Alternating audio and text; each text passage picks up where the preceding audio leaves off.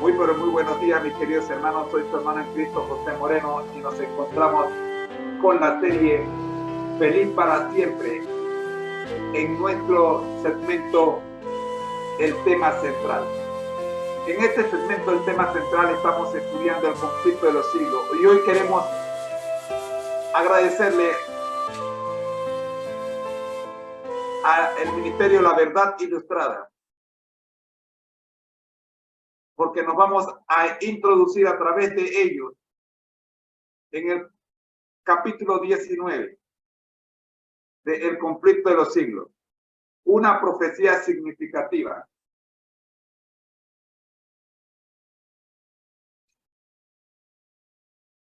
Escuchemos. Una profecía significativa, primera parte. Un agricultor íntegro y de corazón recto, que había sido inducido a dudar de la autoridad divina de las Escrituras, fue el hombre especialmente elegido por Dios para dar principio a la proclamación de la segunda venida de Cristo. Suscríbete a nuestro canal de YouTube. No olvides darle a la campanita para recibir una notificación para cuando subamos el próximo vídeo. Guillermo Miller había batallado con la pobreza en su juventud, y así había aprendido grandes lecciones de abnegación.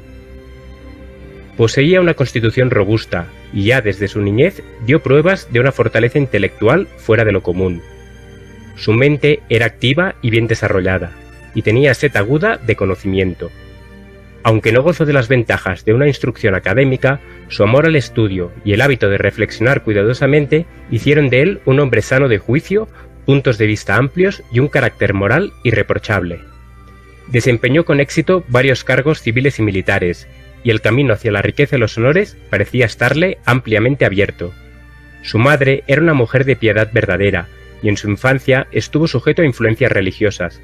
Sin embargo, en su temprana adultez, Miller se involucró con los deístas, buenos ciudadanos y hombres de disposiciones humanitarias y benévolas, pero tan hermosas dotes se habían pervertido hasta ejercer influencia contra la palabra de Dios. Al rozarse con esos hombres, Miller llegó a adoptar sus opiniones. Las interpretaciones corrientes de las Escrituras presentaban dificultades que le parecían insuperables. A su vez, sus nuevas creencias le hacían rechazar la Biblia, pero éstas no le ofrecían nada mejor en su lugar. Sin embargo, conservó esas ideas cerca de 12 años, pero a la edad de 34, el Espíritu Santo obró en su corazón y le hizo sentir su condición de pecador. No hallaba en su creencia anterior seguridad alguna de dicha más allá de la tumba.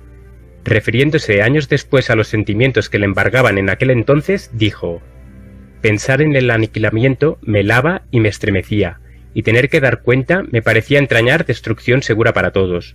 Los cielos eran como bronce sobre mi cabeza, y la tierra como hierro bajo mis pies. La eternidad, ¿qué era? ¿Y la muerte, por qué existía? Cuanto más razonaba, tanto más lejos estaba de la demostración. Cuanto más pensaba, tanto más inconexas eran mis conclusiones. Traté de no pensar, pero ya no era dueño de mis pensamientos. Me sentía verdaderamente desgraciado, pero sin entender la causa. Murmuraba y me quejaba, pero no sabía de quién. Sabía que algo andaba mal, pero no sabía cómo ni dónde encontrar lo correcto. Gemía, pero sin esperanza. En ese estado permaneció varios meses. Dice: de pronto, el carácter de un Salvador se grabó intensamente en mi mente. Me pareció que bien podía existir un ser tan bueno y compasivo que expiara nuestras transgresiones, y así nos librara de sufrir la pena del pecado.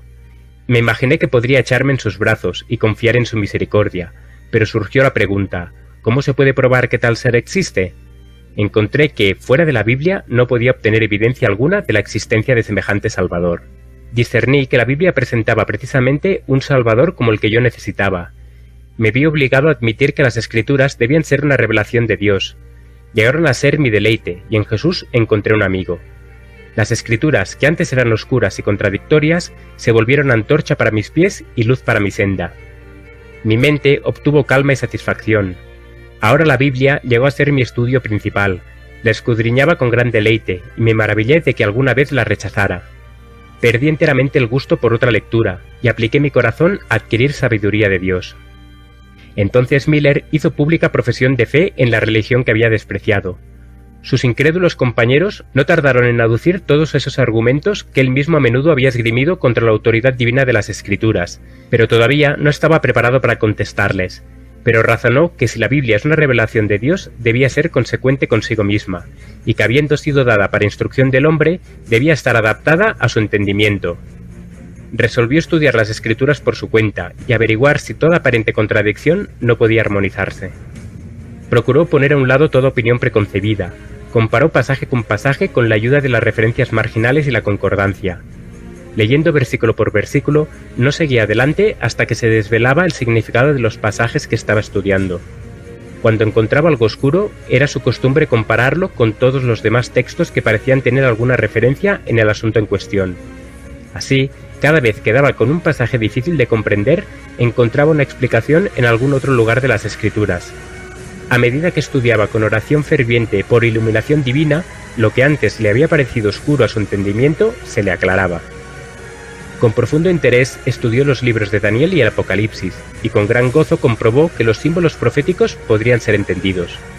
Miller dice: así me convencí de que la Biblia es un sistema de verdades reveladas dadas con tanta claridad y sencillez que el viajero, por insensato que fuere, no necesita extraviarse. Paso a paso descubría las grandes líneas de la profecía. Ángeles del cielo dirigían sus pensamientos y abrían las Escrituras a su entendimiento. Al tomar por criterio la manera en que las profecías se habían cumplido en lo pasado, para considerar el cumplimiento de las que estaban en el futuro, se convenció que el concepto popular del reino espiritual de Cristo, un milenio temporal antes del fin del mundo, no estaba fundamentado en la palabra de Dios.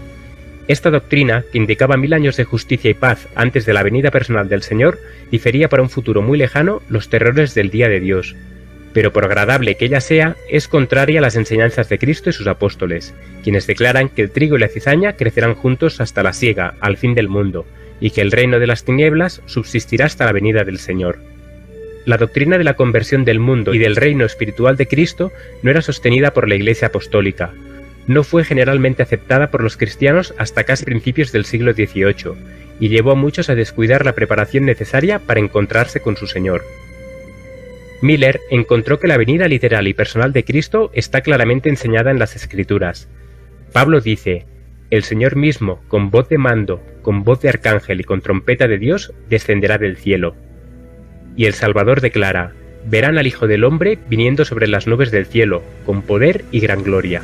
Porque como el relámpago que sale del oriente y se muestra hasta el occidente, así será también la venida del Hijo del Hombre. Será acompañado por todas las huestes del cielo. El Hijo del Hombre vendrá en su gloria y todos los ángeles con él, y enviará a sus ángeles con gran voz de trompeta, y juntarán a sus escogidos de los 4 vientos desde un extremo del cielo hasta el otro. A su venida los justos muertos resucitarán, y los justos que estuvieron aún vivos serán mudados. Pablo dice: no todos dormiremos, pero todos seremos transformados, en un momento, en un abrir y cerrar de ojos, a la final trompeta, porque se tocará la trompeta. Los muertos resucitarán incorruptibles y nosotros seremos transformados, porque es necesario que esto corruptible se vista de incorrupción y esto mortal se vista de inmortalidad. Y en Primera de Tesalonicenses, después de describir la venida del Señor, dice: los muertos en Cristo resucitarán primero. Luego nosotros, los que vivimos, los que hayamos quedado, seremos arrebatados juntamente con ellos en las nubes para recibir al Señor en el aire, y así estaremos siempre con el Señor. El pueblo de Dios no puede recibir el reino antes de la venida personal de Cristo. El Señor dijo: cuando el Hijo del Hombre venga en su gloria, acompañado de sus ángeles, se sentará en su trono de gloria. Serán congregadas delante de él todas las naciones, y él separará a los unos de los otros, como el pastor separa a las ovejas de los cabritos. Pondrá a las ovejas a su derecha y a los cabritos a su izquierda. Entonces dirá el rey a los de su derecha: venid, benditos de mi Padre, recibid la herencia del reino preparado para vosotros desde la creación del mundo. Hemos visto en los pasajes citados que cuando el Hijo del Hombre venga, los muertos serán resucitados incorruptibles, y los vivos serán transformados. Este gran cambio los prepara para recibir el reino, pues Pablo dice: la carne y la sangre no pueden heredar el reino de Dios, ni la corrupción hereda la incorrupción. En su estado presente, el hombre es mortal, corruptible, pero el reino de Dios será incorruptible y sempiterno. Por tanto, en su estado presente, el hombre no puede entrar en el reino de Dios, pero cuando venga Jesús, conferirá inmortalidad a su pueblo y luego los llamará a heredar el reino, del que hasta allí solo habían sido presuntos herederos. Estos y otros pasajes bíblicos probaron claramente a la mente de Miller que los acontecimientos que generalmente se esperaba que se verificasen antes de la venida de Cristo, tales como el reino universal de paz y el establecimiento del reino de Dios en la tierra, debían realizarse después del segundo advenimiento. Además, Miller se vio forzado a concluir que el periodo fijado para la subsistencia de la tierra en su estado actual estaba por terminar.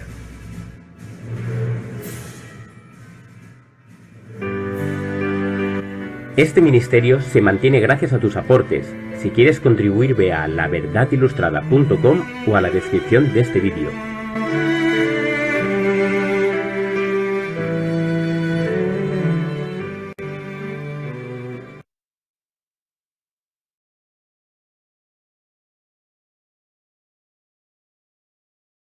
Queremos agradecerle a La Verdad Presente por el aporte de la información, con la información brindada. Queremos darle las gracias. A continuación,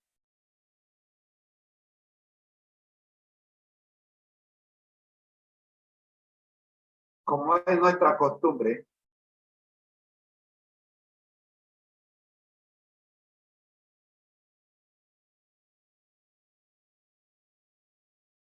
hay mucha información en esta porción que debe ser explicada. Cada párrafo del capítulo 19 ha de ser explicado en este segmento. A partir de hoy,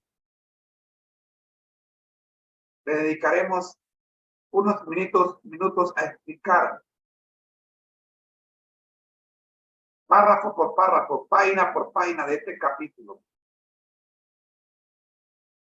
Y les confieso que no quería hacerlo así, pero luego de revisar en las redes sociales y revisar algunos videos que hay en las redes sociales explicando el capítulo 19 del conflicto de los siglos, me convenzo en la urgente necesidad que hay de explicar con lujo de detalle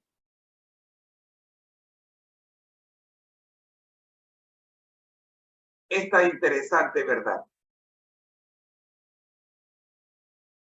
Me va a tomar 7 minutos. Y es el tiempo que le vamos a dedicar cada día. Mínimo 7 minutos. Máximo 15. Hoy solo tenemos 7. Por eso vamos a explicar solo el primer párrafo del capítulo 19.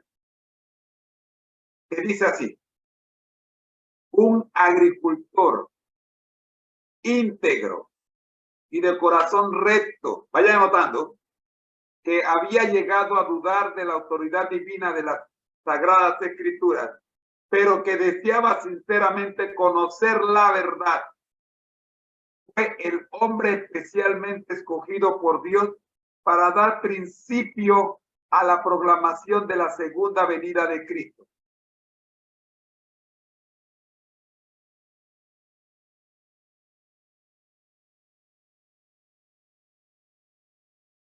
Como otros muchos reformadores, Guillermo Miller, vamos a presentarlo aquí,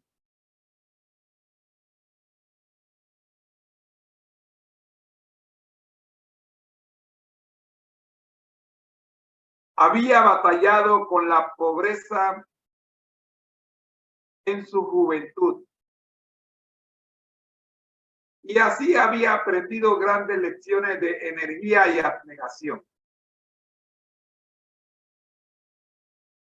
Los miembros de la familia de que descendía se habían distinguido por un espíritu independiente y amante de la libertad, por su capacidad de resistencia y ardiente patriotismo. Y estos rasgos sobresalían también en el carácter de Guillermo.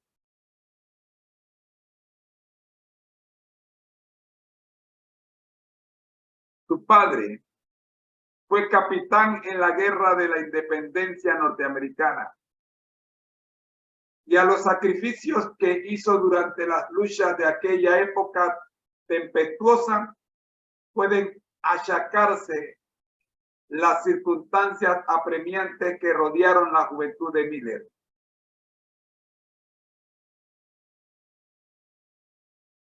El primer párrafo del capítulo 19 del libro El conflicto de los siglos, escrito por Elena G. de White, termina así. ¿Qué vemos en este párrafo? El primer párrafo. Vamos a lo que vemos en este párrafo. Primero, ilustra la lección de cómo Dios puede utilizar a personas sinceras y dispuestas a buscar la verdad, incluso aquellas que en algún momento han dudado de la autoridad divina de las Escrituras para llevar a cabo su propio y proclamar su propósito y proclamar un mensaje importante. Esta es la primera lección que encontramos en este capítulo 19.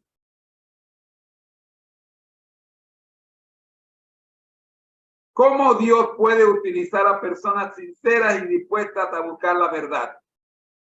Incluso aquellas que en algún momento han dudado de la autoridad divina de las Escrituras,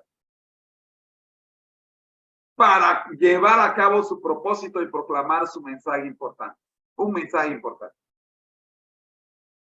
En este párrafo se menciona a Guillermo Miller, un agricultor, escucha la característica, íntegro y de corazón recto, que en el pasado había llegado a dudar de la autoridad divina de las Sagradas Escrituras, pero que tenía un sincero deseo de conocer la verdad. Dios lee el corazón. A pesar de sus dudas anteriores, Dios lo escogió para iniciar, como termina el párrafo, la programación de la segunda venida de Cristo. Un mensaje trascendental en la historia del cristianismo.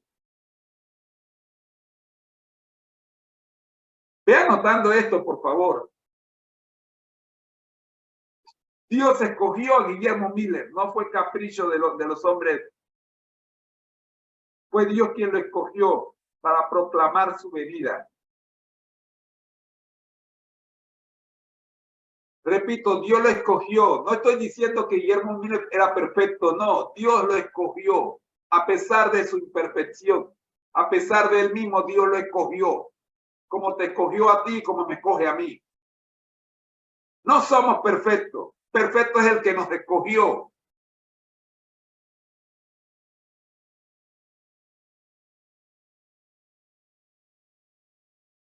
Una cosita más en este párrafo. La lección que se ilustra aquí es que Dios trabaja con personas dispuestas a ser instrumentos en sus manos, independientemente de sus dudas pasadas o limitaciones. Guillermo Miller, a pesar de haber tenido luchas y dificultades en su juventud, aprendió grandes lecciones de energía y abnegación, dice, lo que lo preparó para llevar adelante la misión que Dios le encomendó. Una vez más recalcamos, todo por lo que Guillermo pasó en su juventud lo preparó para lo que Dios tenía, para el propósito que Dios tenía para su vida.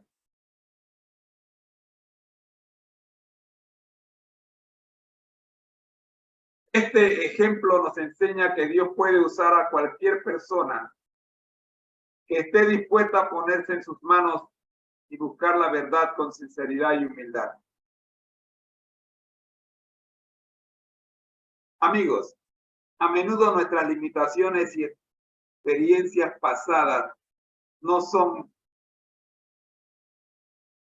un obstáculo para que Dios nos use para llevar a cabo su obra. Sal de ese hueco en el que la sociedad te ha querido meter por lo que hiciste el verano pasado. Este párrafo también nos recuerda la importancia de perseverar en la búsqueda de la verdad y de la fe en Dios, ya que Él puede obrar poderosamente a través de aquellos que confían en Él y desean cumplir su voluntad. Me preguntaba si había algún paralelismo con las Escrituras al leer este párrafo, y sorpresa, sí lo encontramos.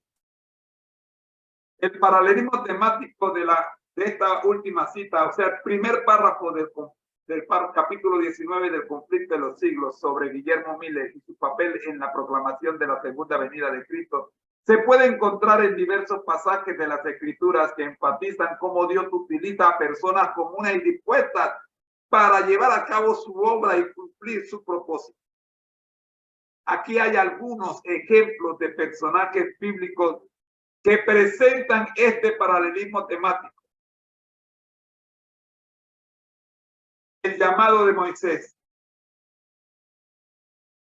Cuando Dios llamó a Moisés para liderar al pueblo de Israel fuera de Egipto, Moisés inicialmente se sintió inadecuado y dudó de su capacidad. Sin embargo, Dios le aseguró que estaría con él y lo capacitó para cumplir la tarea. Éxodo capítulo 3 y capítulo 4. La elección de David, nuestro personaje central de la serie Una vida con propósito, con objetivo. A pesar de ser el menor de sus hermanos, Dios eligió a David, un humilde pastor, para ser el rey de Israel. A través de David, Dios demostró que no mira la apariencia externa, sino el corazón. Confírmalo tú mismo en 1 Samuel 16, 1 al 13. Y de paso, léelo hasta el 17. Tercer personaje o paralelismo de este pasaje de Guillermo Miller con las Sagradas Escrituras. La llamada de los discípulos de Jesús. Jesús llamó a sus discípulos pecadores, recaudadores de impuestos y personas comunes. A través de ellos transformó el mundo y extendió su mensaje de amor y salvación. Léelo en Mateo 4, 18 al 22 y el capítulo 9, 9 al 13. Quiero cerrar este paralelismo del primer párrafo del capítulo 19 del Conflicto de los Siglos. Cuando Jesús llama a Guillermo Miller para que sea él quien proclame la segunda venida de Cristo en tiempos difíciles, pues Pablo también fue llamado para cumplir un ministerio parecido en tiempos de alta dificultad. Saulo de Tarso era su nombre, que se convirtió en el apóstol Pablo. Inicialmente persiguió a los seguidores de Jesús.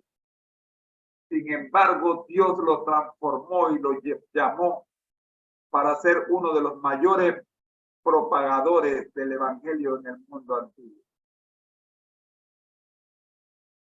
Revisa su historia desde Hechos 9 hasta Hechos 13.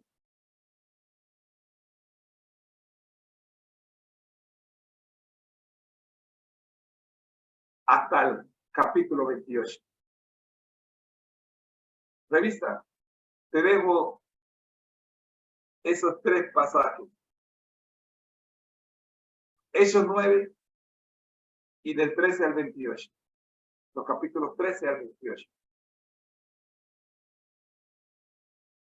Todos estos ejemplos muestran cómo Dios trabaja a través de personas ordinarias y a veces con dudas y limitaciones para llevar a cabo sus planes y propósitos.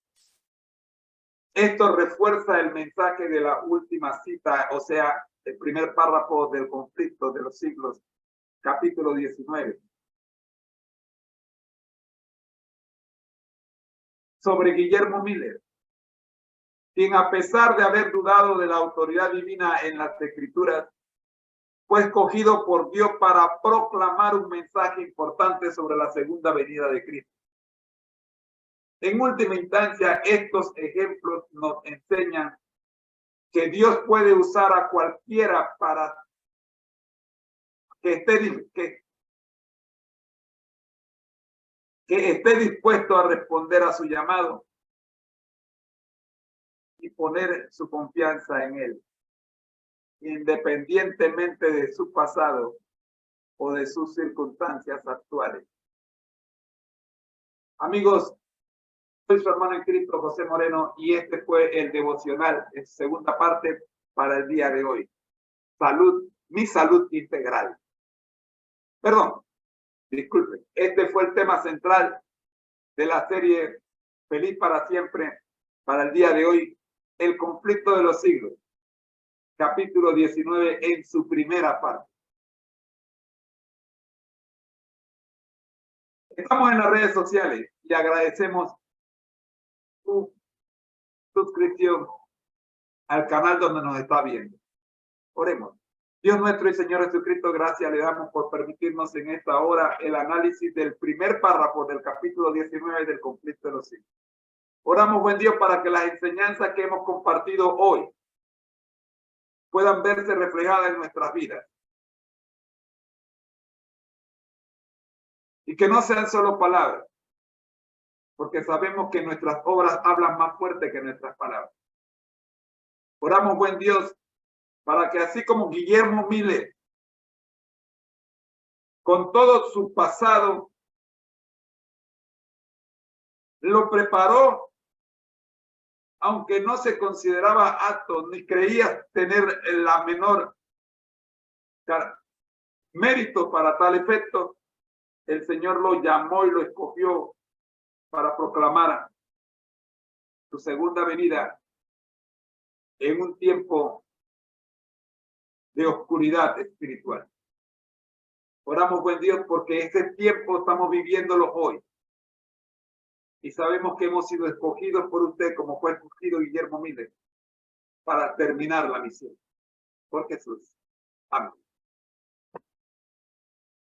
Soy su hermano en Cristo, José Moreno, y les agradezco que nos hayan acompañado en esta interesante sección.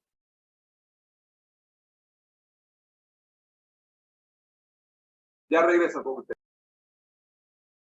Ha sido una presentación del Ministerio Conéctate a Jesús en la voz de su hermano en Cristo, José Moreno. Les esperamos mañana, cuando seguiremos estudiando el capítulo 18 del conflicto de los siglos, heraldos de una nueva era. Bendiciones.